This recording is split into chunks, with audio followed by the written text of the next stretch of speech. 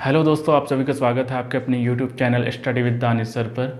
दोस्तों, पिछला क्लास में हम लोगों ने इसी चैप्टर से देखा था कि कंप्यूटर क्या है, कंप्यूटर कैसे वर्क करता है, कंप्यूटर के कंपोनेंट्स क्या क्या हैं, उसको हम लोगों ने डिटेल से समझा था। आज ये हमारा पार्ट 2 वीडियो रहेगा, जिसमें आज हम लोग जितने भी टॉपिक बचे हुए हैं उसको कवर करने का कोशिश करेंगे। ठीक है, तो चलिए एक एक करके सभी टॉपिक्स को समझने का कोशिश करेंगे। तो देखते हैं, आज का टॉपिक है हम लोगों का कंप्यूटर की विशेषताएं। ठीक है, इसको इंग्लिश में कहते हैं कैरेक्टरिस्टिक्स ऑफ कंप्यूटर, जिसमें मतलब कंप्यूटर की कितने विशेषताएं होते हैं उसको हम लोग डिटेल में समझेंगे। तो चलिए एक एक करके समझने का कोशिश करते हैं कि कंप्यूटर की क्या क्या विशेषताएं होती हैं। ठीक है, तो ध्यान से समझिएगा। कंप्यूटर का पहला विशेषता क्या होता है? गति। उसको इंग्लिश में कहेंगे स्पीड। तो क्या होता है? कंप्यूटर 1 सेकेंड में लाखों गणनाएं कर सकता है। साथ ही किसी मनुष्य द्वारा पूरे साल में किए जाने वाले काम को कंप्यूटर कुछ ही सेकेंड में करके पूरा कर देता है। ठीक है, यहाँ पे देखिए, कंप्यूटर क्या करता है? लाखों गणनाएं कर सकता है। साथ ही किसी मनुष्य द्वारा पूरे साल में किए जाने वाले काम को कंप्यूटर पूरा कर देता है। जैसे मान लीजिए हम लोगों को कुछ काम करना होता है, तो उस काम को हम लोग बहुत लेट कर देते हैं करने में, लेकिन क्या होता है, कंप्यूटर उसी काम को कुछ ही सेकंड में पूरा कर देता है। ठीक है, साथ ही हम लोग कुछ कुछ पॉइंट्स को समझते चलेंगे, क्योंकि ये एग्ज़ाम्स के पॉइंट ऑफ व्यू बहुत ही ज़्यादा इम्पॉर्टेंट होगा। देखिए यहाँ पे कंप्यूटर प्रोसेसर के स्पीड को हर्ट्ज में मापा जाता है, जिसको हम लोग HZ से डिनोट करते हैं। तो इसको भी याद रखिएगा, कंप्यूटर प्रोसेसर के स्पीड को किस में मापा जाता है? तो हर्ट्ज में मापा जाता है। ठीक है, नेक्स्ट है आपका इसी में, वर्तमान समय में कंप्यूटर नैनो सेकेंड में गणनाएं कर सकता है। तो इसको भी याद रखिएगा, अभी वर्तमान समय में, अभी के पीरियड में कंप्यूटर क्या करता है? नैनो सेकेंड में गणनाएं कर सकता है। अब देखिए नेक्स्ट पॉइंट क्या है आपका, कंप्यूटर की गति को MIPS में मापा जाता है। देखिए दोस्तों, ये बहुत ज़्यादा इम्पॉर्टेंट है, क्योंकि ये पॉइंट्स को पूछा जा चुका है एग्ज़ाम्स में। क्या पूछा था आपका कि MIPS का फुल फॉर्म क्या होता है? JSSC में पूछ चुका है ये, तो इसको याद रखिएगा। MIPS का फुल फॉर्म होता है मिलियन इंस्ट्रक्शन पर सेकेंड। ठीक है, तो याद रखिएगा MIPS का फुल फॉर्म क्या होता है? मिलियन इंस्ट्रक्शंस पर सेकेंड। ठीक है, अगला विशेषता क्या है आपका कंप्यूटर का? स्वचालित। कंप्यूटर कैसा होता है? ऑटोमेटिक या स्वचालित होता है। यहाँ पे देखिए, कंप्यूटर एक स्वचालित मशीन है।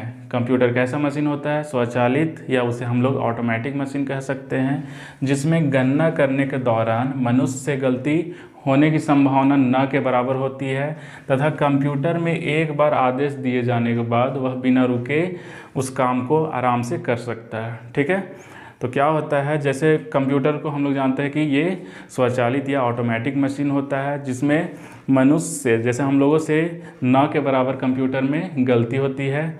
और क्या होता है इसमें, कंप्यूटर में अगर हम किसी कोई काम को हम लोग आदेश दे दिए, मतलब उसमें ऑर्डर दे दिए, तो वो बिना रुके, बिना बोर हुए कंप्यूटर आराम से उस काम को कर सकता है। ठीक है, अब देखिए अगला विशेषता क्या है, ध्यान से समझिएगा। त्रुटि रहित कार्य, इसको इंग्लिश में कहते हैं एक्यूरेसी। त्रुटि रहित का मतलब होता है बिना किसी गलती का, रहित का मतलब होता है नहीं। ठीक है, अब देखिए यहाँ पे कंप्यूटर में जो भी गणनाएं होती हैं उसमें एरर होने की चांसेस बहुत कम होती हैं। गणना करने के दौरान अगर कोई एरर पाया जाता है, ठीक है, गणना करने के दौरान अगर कोई एरर पाया जाता है तो वो हो सकता है कोई भी प्रोग्राम या डाटा में मानवीय गलती के कारण हो सकता है। मतलब हम लोगों से कुछ प्रोग्राम में या तो कोई डाटा में गलती हो सकता है, या तो कभी कभी क्या होता है, कंप्यूटर में वायरसेस आने के कारण उसमें एरर आ जाता है। तो इसको भी याद रखिएगा आप लोग अच्छे से, और नोट डाउन करते चलिएगा दोस्तों, क्योंकि ये बहुत ज़्यादा इम्पॉर्टेंट है। ये बेसिक चीज़ आप लोगों को जानना बहुत ज़रूरी है, इसलिए आप लोग नोट डाउन करते चलिएगा। अगला विशेषता है दोस्तों आपका कंप्यूटर का विशाल भंडारण क्षमता, जिसको इंग्लिश में कहते हैं लार्ज स्टोरेज कैपेसिटी। ठीक है, देखिए यहाँ पे कंप्यूटर में 2 तरह के स्टोरेज या संग्रहण माध्यम होते हैं। पहला तो होता है आपका एक्सटर्नल माध्यम, और दूसरा होता है आपका इंटरनल। ठीक है, याद रखिएगा, जैसे हार्ड डिस्क हुआ, floppy disk, magnetic tape, CD, रोम, ये सभी में हम लोग क्या कर सकते हैं, इसमें देखिए यहाँ पे इसमें हम लोग इसमें असीमित डाटा या सूचनाओं को हम स्टोर करके रख सकते हैं। ठीक है, याद रखिएगा इसमें हम लोग क्या कर सकते हैं, असीमित डाटा या सूचनाओं को लंबे समय तक हम लोग स्टोर करके आराम से रख सकते हैं। जैसे मान लीजिए कोई मोबाइल में हम लोग देखते हैं इंटरनल मेमोरी उसमें भी होता है, और बाहर से जो चिप डालते हैं वो क्या होता है, हमारा एक्सटर्नल मेमोरी। ठीक है, उसी तरह से इसमें भी होता है, कंप्यूटर में भी।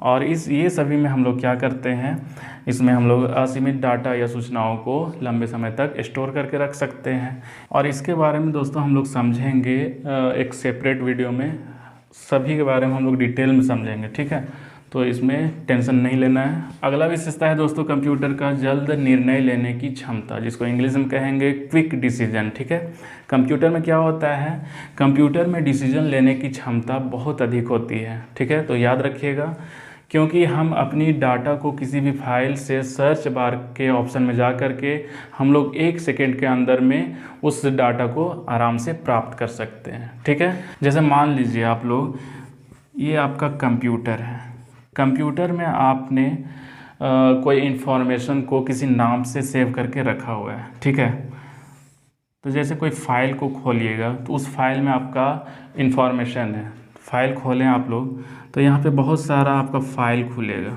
ठीक है, बहुत सारा खुल जाएगा, लेकिन आपको पता है कि हम उस फाइल का कुछ नाम से सेव किए हुए हैं, तो आप लोग चाहते हैं कि उसे हम लोग 1 सेकेंड के अंदर में ही उस फाइल को खोल लें। तो क्या कीजिएगा, कंप्यूटर में जैसे फाइल को खोलते हैं उसमें आपका सर्च बार का ऑप्शन ऊपर बना हुआ रहता है, तो उसी सर्च बार ऑप्शन में आप लोग उस फाइल का नाम यहाँ पे टाइप कीजिएगा, और यहाँ पे एरो साइन रहता है उसमें क्लिक कीजिएगा जैसे, तो वो फाइल आपका तुरंत 1 सेकेंड के अंदर में ही खुल जाएगा। ठीक है, तो उसी को यहाँ पे लिखा हुआ है कि कंप्यूटर में डिसीजन लेने की क्षमता बहुत अधिक होती है।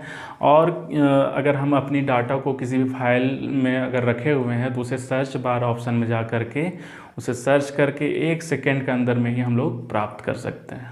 ठीक है, अगला विशेषता है कंप्यूटर का रिपीटेड कैपेबिलिटी। इसमें क्या होता है दोस्तों, कंप्यूटर अपने काम को दोबारा बिना थके हुए सेम स्पीड में 100% एक्यूरेसी के साथ कर सकता है। मान लीजिए अगर कोई इंसान को कोई काम दे दिया जाए और उस काम को बार बार करवाया जाए तो उस इंसान को उस काम में स्पीड उसका घट सकता है। ठीक है, वो इंसान उस काम को करने में बोर हो सकता है, उस काम को करने में उस इंसान से गलती भी हो सकती है। लेकिन इसमें क्या होता है, कंप्यूटर में कंप्यूटर अपना काम को दोबारा मतलब सेम स्पीड में कर सकता है।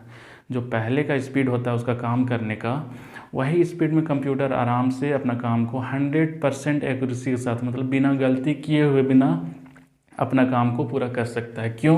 क्योंकि कंप्यूटर अपने कमांड पर कार्य करता है, अर्थात जो उसको पूर्व में मतलब पहले में जो निर्देश दिया जाता है, ऑर्डर दिया जाता है, उसी के आधार पर कंप्यूटर अपना वर्क को पूरा करता है। ठीक है, अगला है आपका कागज़ के प्रयोग में कमी, उसको इंग्लिश में कह सकते हैं पेपरलेस वर्क। देखिए इसमें कंप्यूटर के सही प्रयोग से कागज़ की खपत में कमी की जा सकती है और साथ ही जिससे हमारा क्या हो सकता है, पर्यावरण संरक्षण में मदद मिलती है। ठीक है, अगर हम कंप्यूटर का सही तरीके से यूज करते हैं तो क्या होता है, हम लोग पेपरलेस मतलब बिना पेपर यूज़ किए हुए अपना काम को कंप्यूटर के थ्रू कर सकते हैं, जिससे हमारा पर्यावरण भी सुरक्षित रहेगा, उसको हम लोग संरक्षण कर सकते हैं अपना पर्यावरण को। ठीक है, उसके बाद है नेक्स्ट टॉपिक आप लोगों का कंप्यूटर के अनुप्रयोग, जिसको इंग्लिश में कहेंगे एप्लीकेशंस ऑफ कंप्यूटर। ठीक है, मतलब कहाँ कहाँ इसका प्रयोग किया जा रहा है कंप्यूटर का, उसके बारे में हम लोग को देखना है।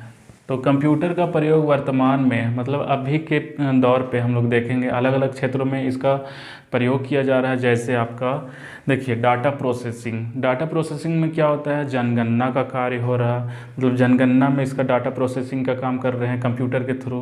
प्लस हम लोग परीक्षाओं का जो भी परिणाम होता है, रिजल्ट होता है, उसमें यूज़ किया जा रहा है डाटा प्रोसेसिंग का, ठीक है।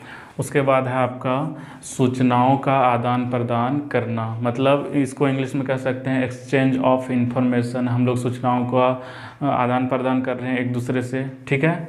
फिर है आपका शिक्षा के क्षेत्र में, मतलब एजुकेशन लाइन में भी कंप्यूटर का प्रयोग किया जा रहा है। उसके बाद है आपका वैज्ञानिक अनुसंधान, मतलब साइंटिफिक जो भी रिसर्च हो रहे हैं उसमें कंप्यूटर का प्रयोग किया जा रहा है। आपका बैंकिंग सेक्टर में कंप्यूटर का प्रयोग किया जा रहा है, आप लोग देखे भी होंगे।